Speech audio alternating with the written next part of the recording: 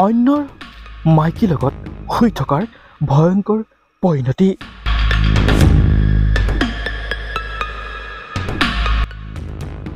মাজুলীত সংঘটিত হৈছে লজ্জাজনক ঘটনাৰ দেখিলেই লাজ লাগিব আপোনাৰ। কৰ্মসূত্ৰে স্বামী থাকে বাহিৰত, পত্নী শুই আছিল অন্য পুৰুষৰ সৈতে। 100 গৰু মাৰিলে বাঘৰো মৰণ, ৰাইজে দিলে লপাথপা।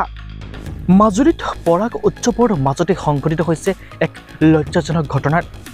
এজন বিবাহিত পুৰুষে অন্য এগৰাকী বিবাহিত মহিলাৰ লগত অনৈতিক কাৰ্যত লিপ্ত হৈ আছিল। ৰাইজে দেখি লপাথপা দি অৱশেষত আৰক্ষীৰ ওচৰত গতাই দিয়ে। ঘটনাৰ অনুসৰি পত্নীগৰাকী স্বামীজন বাহিৰত কৰ্মৰত, কোনো নথকা সুযোগ লৈ এই ভয়ংকৰ কাণ্ড কৰিছে বুলি স্থানীয় ব্যক্তিসকলে মত পোষণ